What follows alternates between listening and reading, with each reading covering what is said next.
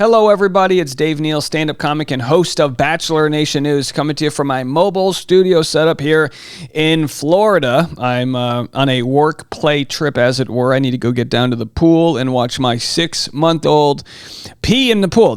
That's what they do. No, he's got a diaper. Okay. Anyhow, let's call it what it is.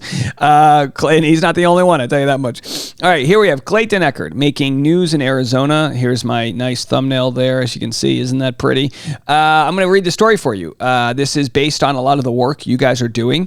It's based on the campaign to get Rachel Mitchell's attention about this case.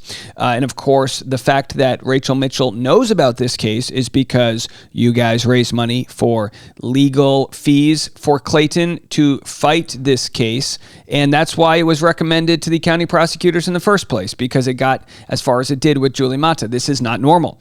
Everyone you speak to says this is not normal. Cases don't normally go this far. They should. You should not be allowed to get away with perjury, medical fraud, and the likes, threats of lawsuits and whatnot. So I'm going to read the article literally verbatim, and because that's what we do. So sit back, have a listen. Here we go. Women who lost Clayton Echard paternity suit may be charged. The Maricopa County Attorney's Office is still considering criminally charging a woman who is accused of fabricating evidence in a paternity suit against a former Bachelor contestant from Scottsdale. Laura Owens of Scottsdale filed a petition for a court order of paternity seeking child support from Clayton Echard in Maricopa County Superior Court in August 2023. Owens initially claimed that she became pregnant with twins after having sexual intercourse with Clayton. Echard claimed Owens' paternity lawsuit was filed as a form of harassment and denied paternity. In court filings, he said they had oral sex, but that was all. Clayton Echard accused Laura Owens of lying and fabricating medical documents. His attorneys also submitted examples of Owens threatening to take the story to the press. Owens subsequently filed a motion to dismiss the petition to establish paternity, saying she was no longer pregnant. Judge Julie Mata granted Owens' motion to drop the petition for paternity, but said the issue of sanctions and attorney's fees still needed to be resolved. Both parties addressed those issues at a trial on June 10th. Which was attended by close to 100 people from around the country who had been following the case due to the celebrity connection. Wow. Judge Julie Mata found Owens had altered documents, changed the results of a pregnancy test, that was the one she sent to me, given false testimony, and potentially perjured herself in what the judge said appeared to be a case of serial fabrications. Mata found Owens admitted to altering and fabricating ultrasounds and sonograms. Owens provided a sonogram to Echard, supposedly showing her pregnancy, which Mata said had actually been posted to YouTube 7 years ago. Ultimately, Mata found that no pregnancy could be confirmed, saying the test results provided fell woefully short of meeting the burden of clear and convincing evidence needed to prove Echard was the father of the alleged pregnancy. She granted Echard's petition for non-paternity. Judge Julie Mata wrote that Owens had acted unreasonably, saying she had initiated litigation without basis or merit. Without an authentic ultrasound, sonogram, physical examination, and in conjunction with the belief she passed tissue in July 2023. The court finds the underlying petition premature at best. The only thing that's not premature is Clayton over here. Clayton wrote, at worst, however, fraudulent and made to incite communication, a relationship, or both with Clayton. The petition was filed for an improper purpose, such as to harass the other party, to cause an unnecessary delay, or to increase the cost of litigation to the other party, Mata said. Judge Julie Mata found Owens provided false testimony about her pregnancies in 3 other cases and presented false claims. In addition, Mata referred Owens for felony prosecution for violating laws. I can't actually read this. Arizona's laws regarding perjury and evidence tampering. It is further ordered the court has determined that Laura Owens has a pattern of similar, if not identical, behavior in court involvement, referring this matter to the Maricopa County Attorney's Office for review of Laura Owens' actions. Judge Julie Mata wrote.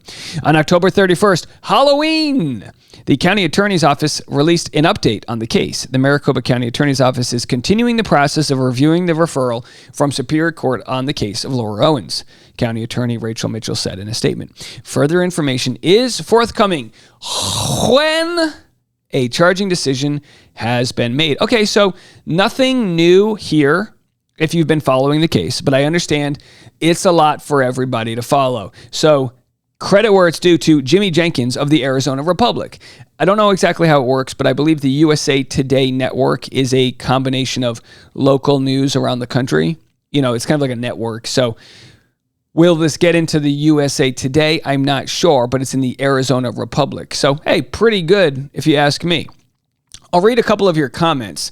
Just wild stuff. And by the way, I don't know if this is entirely accurate that Laura initially said she had sexual intercourse with Clayton. I always remembered it, and you can correct me if I'm wrong here, that she said there was sort of sexual, things that happened. I don't remember the exact words, but I thought it was very clear that she was saying, well, maybe, and by the way, this is what's so crazy. I know you might be bored with this case. I understand. But for matters of my concern and for the livelihood of my family and YouTube channel and podcast and whatnot, I have to see this thing to the finish line. And it's interesting because early on, she was arguing with people on Reddit saying, well, something may have happened down there. You know, people were Googling turkey basters. People were wondering, could you spit something, whatever the case may be. This was the conversation being had. It wasn't until literally months later that she claimed the R word happened, grape, like grapes, but without the G, where she said he must have taken advantage of me and whatnot. Now, she made that accusation privately to me and Reality Steve and others, in an effort to say, to have people back off, but she refused to make that publicly until the time came to, kind of play that card, a card in which she played previously with Greg Woodnick, the attorney of Clayton's, who was also the attorney of Greg Gillespie. You understand, how far back this goes, but to see a judge well respected in the community review all the evidence and pretty much say exactly what we've been saying this whole time, it doesn't mean, and again, she and her attorney have accused the judge of being blinded by celebrity, as if Clayton, no offense, Clayton, as if he's Brad Pitt over here. It's like, all right, calm down a little bit. You know what I mean? No one knew this guy. God bless you, Clayton, right? So anyway, I spoke with I know a lot of lawyers now. And I said, how about Laura's attorney coming for Rachel Mitchell on Twitter?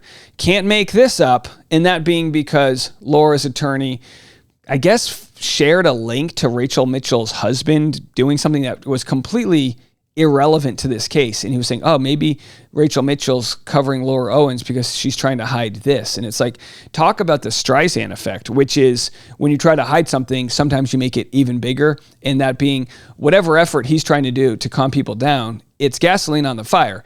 Either this is someone who's not smart or knows exactly what he's doing. Someone actually left a really interesting comment saying, hey, this is what he advertises he does. He fights for people that don't deserve being fought for, bottom of the barrel people. And this is his sort of resume to show future dirtballs, hey, I'll fight for you publicly. I'll come after the prosecutors. I'll do anything under the sun. Boy, no offense. I mean, do whatever you want. I'd hate to be married to a guy like that because you just think it must be hell living in a county where the county prosecutors could possibly mess your day up. You know what I mean? And I would never want someone to abuse their power. But I mean, imagine if you came for like the police chief of your town. They're going to follow you every turn you make. You roll a stop sign. You know what I mean? It's like, that's just the world we live in. Don't be stupid. So I said, how about her lawyer coming for Rachel on Twitter? And then the response from this, from this lawyer I texted this to said, un-effing believable. I'm so glad the pressure is staying on her office. So that's where it stands. Let's just read a few of your comments here. Someone said, and these are comments on Reddit from that article, this is so embarrassing for her soul and for her family. And no, Laura, I'm not rooting for your downfall. I didn't even know who you were before all of this. No accountability or contrition has been taken. I'm no expert, but it certainly sounds like the attorney is contemplating criminal charges. This article alone would make me want to forever delete my digital footprint. Yeah, my thought is this. if you weren't going to charge her, you wouldn't have tweeted that, because now if you end up not charging her, you fed into the online discussion and you're holding office in an elected position. People wouldn't forget next time she runs for office. There was clear evidence from the judge that there was someone harassing somebody else in your county. You knew about it, you investigated it, and you still didn't charge. So not a good look for anyone who's trying to rise the ranks in the elected world, and that's the beauty of a democracy, right? You have to be a voice for the people. And if the people did come, as Jimmy Jenkins said over here, 100 people from across the country, there is an interest. And like I've said, obviously we reject this idea that we're part of a cult. We reject the idea that we're unreasonable. We didn't know about her. We didn't know a dang thing about her until she tried to call us all liars and, all of the different articles she written, not just about me, but about you guys. Maybe not by name, but about you guys. Someone said, you expressed exactly how I feel. Judge Mata did a great job sniffing out her BS and checking her. The lack of remorse from Laura is unreal. Seriously, how does she sleep at night? Well, Monster Energy. She gets a lot of caffeine, and then she gets a lot of, once that caffeine wears out, you probably sleep soundly in the casita. This would be true if it were any of us, but from everything we have witnessed and read from her, it seems she has no capability for embarrassment. Laura doesn't seem to feel embarrassed. All she'll do is write a Medium article claiming everyone is a Bachelor fan and that's why everyone is out to get her, then claim she's planning on suing everyone. Imagine the local television and print news talking about you for all your neighbors, business associates, and future victims to hear about. I'd be mortified. I mean, that's the truth. She cannot go get a coffee at her local, I hate to say it, she really should find somewhere to move to. Like, she should be moving. I've said this before and I'll say it again. She should go get a job at Trader Joe's. Again, get that job before you have a felony on you, because then you're going to have a hard time getting employment. Go get a job, work a normal position that, the thing that, okay, let's just end with this. We don't need to read any more comments. The thing that I think makes everybody happy is hard work, perseverance, and grit, having goals that don't hurt other people, good ethical goals, right? So if you have a job that's literally stacking bricks on top of each other, you'll end your day with calluses on your hand. You'll end your day, you'll be in the shower dirty, and you'll feel like you accomplished something good. Laura, she likes horses. I'm going to be, pulling some positives. She likes horses, and she rescues them. Go work for somebody else where you have some accountability as like a hired employee. Go work for somebody else managing their horses. Go work somewhere where they don't have internet service is what I'm trying to say, because the internet can make you can play to your greatest and worst moments. It can throw gasoline on a fire for good and for bad. And it seems as though whatever issues she has, as graceful as I can be to think about them, the internet does her no service. It truly doesn't, because the resources that are there to help people, the resources that are there to make PDF files and use Adobe Acrobat, she has used these to benefit her in a way that has left a trail of collateral damage. And luckily, Clayton has enough celebrity that some no-name niche YouTuber, some podcaster decided, you know what, I'm going to make it part of my content schedule to cover this, much like I cover all other things. By the way, on the Rush Hour podcast today, we cover Peanut the squirrel, euthanized in New York. It's a sad story. I've got Jason Kelsey spiking someone's phone, a story of revenge, a good story. I've got some polling updates regarding the election tomorrow. So I have a lot of good content out there if you want to go check out the podcast. For those that think, oh, you just covered Clayton. No. I got a lot of content that's a lot more important in different venues than this. And you can go check that out. The Rush Hour with Dave Neal. That's going to be it for me right now. You might catch another video from me live from Disney. We'll see you then. Have a good one, everyone. See you later. Bye.